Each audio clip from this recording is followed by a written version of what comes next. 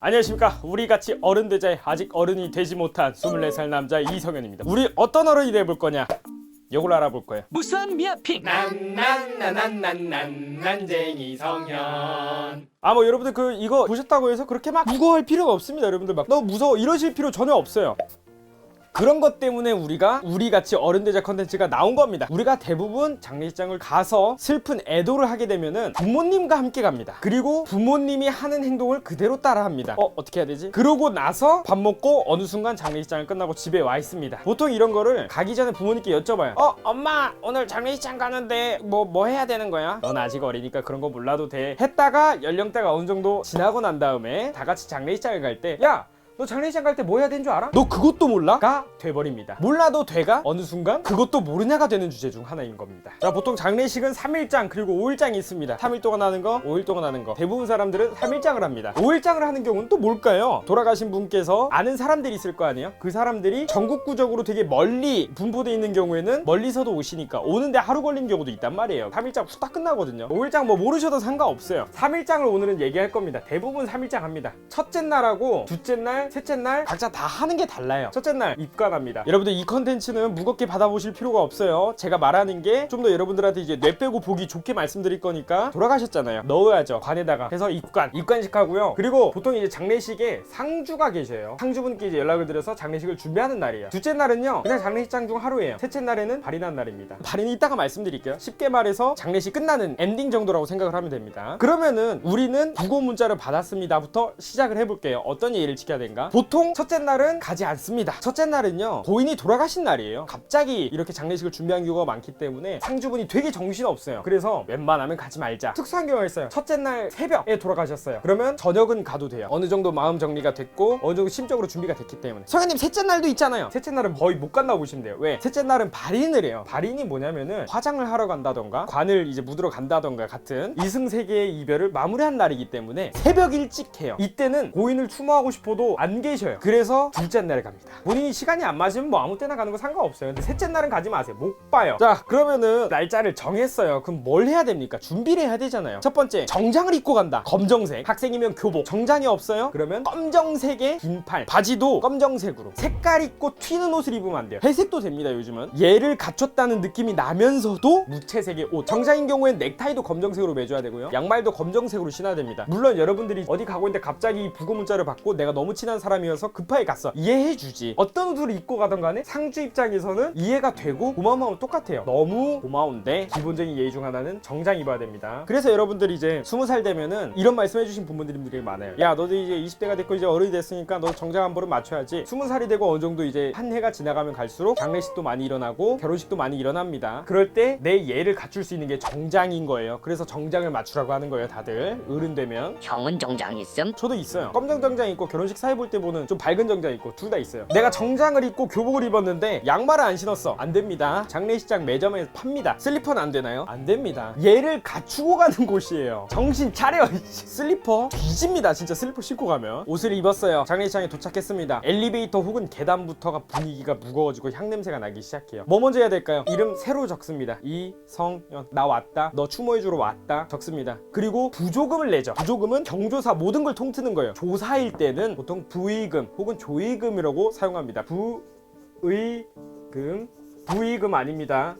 축의금이라 하면 큰일 나요. 또 뒤집니다. 부의금 함이 보일 거예요. 둘 중 하나입니다. 밖에 있던가 안에 있던가. 안에 있으면 장례 절차를 밟고 나오면서 내면 되고, 밖에 있으면 내고 들어가시면 돼요. 부의금 낼 때 거기에 봉투가 있어요. 따로 부의라고 적어놔 있어요. 한자로 돈 넣고요. 이 왼쪽 아래 있죠. 왼쪽 아래에 본인 이름 작성하시면 됩니다. 그리고 이거 제대로 넣으셔야 돼요. 여러분들 또 이제 부의금 넣는 거 헷갈려가지고 101호에다가 넣어야 되는데 102호에다가 넣고 인생관계 꼬이고 막 이런 경우가 있어요. 이게 실제로 제가 조사하다 보니까 좀 아는 건데, 실제로 장례 끝나고 나서 나랑 모르는 사람이 돈을 넣어놓는 경우도 있대요. 잘 찾아서 넣으셔야 돼요. 자, 그러면은 이 부의금 얼마 내야 됩니까? 정답은 없어요. 단 국룰은 있어요. 첫 번째, 부의금은 홀수로 낸다. 왜 홀수로 내냐면 이게 그 음양 오행설의 기원화, 이제 문화 아닌 문화인데 양의 기운, 음의 기운 이런 거 있잖아요. 이래가지고 홀수로 내는 게 자리 잡힌 거예요. 그럼 성현님 3만원, 5만원, 7만원, 9만원 이렇게 내면 되나요? 9만원은 또 안 돼요. 왜? 9수라서 9만원 안 됩니다. 내가 그냥 아는 사이다. 3만원. 사회 초년생들 기준이에요. 좀 친하다 5만원, 뭐 엄청 먼 친척이다 7만원, 나랑 진짜 떨어져 놓을 수 없는 좀 많이 친하다 혹은 가까운 친척이다 10만원 이상. 직계 가족은 본인 상주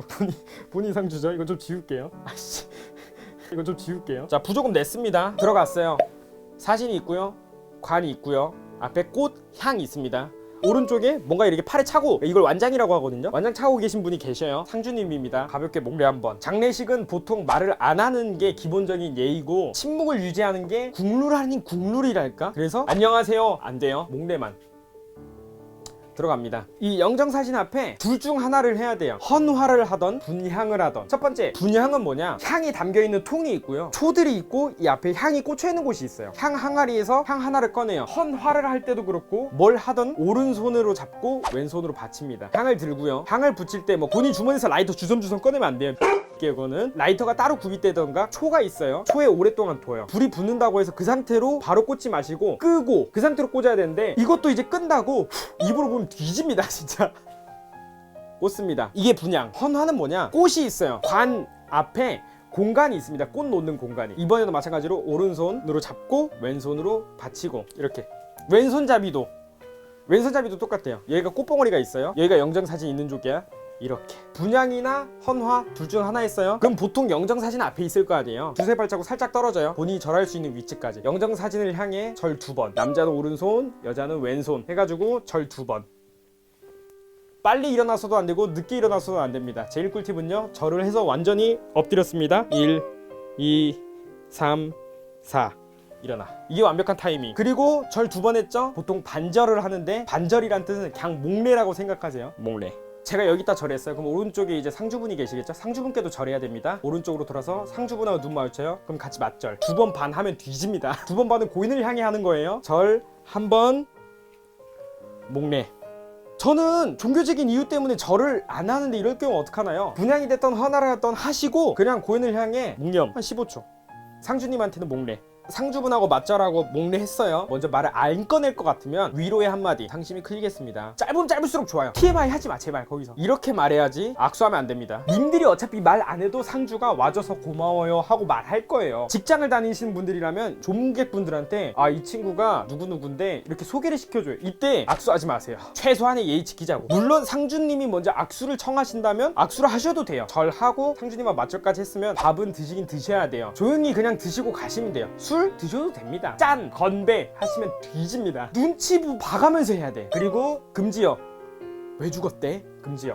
사망 원인을 알려가지 마세요. 상주님 절대 안 계실 때 물어보세요. 그것도 금지입니다. 보통 알아서 듣게 돼 있어요. 또 금지요. 호상. 비교적 좋게 돌아가신 경우로 호상이라고 합니다. 자연스럽게 자연의 이치에 의해서 연세가 많이 되셨고 이런 경우를 이제 호상이라고 하는데, 위로랍시고 상주한테 가가지고 아이고 그래도 호상이니까 너무 그렇게 슬퍼하지 마세요 이러면 안 된다는 거예요. 조문객들끼리는 상황 봐가면서 써도 되는 단어지만 상주 입장에서, 장례식장에서 조문객한테 호상이란 말을 들으면 잘 죽었다 라는 뜻으로 들려요. 아시겠죠? 여기까지가 이제 기본 예입니다. 여기부터 조금 딥하게 살짝 찍먹만 해봅시다. 조금 딥한 부분. 내가 정말 친한 친구야 혹은 내 직속 상사야. 이 두 가지 경우에 어떻게 도와줄까요? 첫 번째, 음식 서빙이나 술 서빙을 좀 도와줘요. 부의금을 아무리 내더라도 경사가 아닌 조사일 때는 돈보다는 마음이 되게 잘 보이는 순간이에요. 그리고 경사는 안 가더라도 용이 날 수 있는데 조사는 안 가면 마음에 크게 남아요. 직속 상사나 내가 잘 보여야 될 사람한테는 사회생활이 되고요, 내 정말 친한 친구한테는 큰 위로가 되고 큰 힘이 됩니다. 그리고 운구라는 개념이 있습니다. 발인을 셋째 날 때 한다고 했죠. 발인이 뭐냐면 이 시신이 담겨있는 관을 들고 이승과 작별 인사하러 가는 걸 이제 발인이라고 해요. 저승으로 가는 길에 대해서 위로를 다 했다면 관으로 옮겨야 돼요. 장례식장에서 발인하러 가는 차로 한 번, 차에서 발인 장소로 가는데 한 번 해서 한 2번 정도 들어요. 이 과정에서 관을 드는 걸 운구라고 해요. 장례식을 3일 정도 치르면 여러분들 기란 기는 다 빠집니다. 상주는 밥도 못 먹고 잠도 못 자고 그 상황에서 힘 다 빠졌을 세 번째 날 새벽 아침부터 발인을 준비해야 되는데, 이 발인이 관이 되게 무겁습니다. 6명 7명 정도가 들어야 된단 말이야. 그러면 이 운구할 사람이 많이 없어 보통. 그래서 보통 친한 사람한테 부탁을 하긴 하는데, 혹시나 운구할 사람이 없으면 운구를 도와주면 됩니다. 정말 큰 도움이 되고 정말 큰 위로가 돼요. 사회생활로 봤을 때는 강인한 인상을 남길 수도 있겠죠. 여기까지 기본 장례식장 예의였고요. 미신이 있습니다. 장례식장 날짜 근처에 뭐 내가 결혼식이 있다던가 행사가 있다던가 한다던가 중요한 일이 있으면 장례식을 안 가도 이해해줘요. 상주가 부정이 탈 수가 있다고 하나 뭐 아무튼 뭐 이렇게 아주 이해를 해주고, 그리고 이제 장례식 끝나면 장소를 꼭 세 군데를 들렸다 가야 돼요. 마트가 됐던 뭐 공동 화장실이 됐던 세 군데를 들렸다가 집에 도착해라. 뭐 요거는 이제 어른분들이 말씀하신 내용이니까 알려는 드리는데 이거에 대해서 특정한 견해는 말씀드리진 않겠습니다. 자, 아무튼 오늘은 이렇게 해서 우리 장례식 예절을 아는 어른이 되어봤습니다. 혹시나 나중에 장례식 가실 일이 있더라면 예절을 알고 가시는 게 좋습니다. 애도하기도 바쁜데 이러한 것들도 모른다면 진짜 어리바리 하다가 뭔가 어떻게 해야 될지 모르겠거든요. 진짜로 사람이 되게 많이 당황해가지고 저도 이제 이거를 뒤늦게 알았죠. 지금까지 영상 시청해주셔서 감사하고요. 조심히 들어가십시오. 회원님들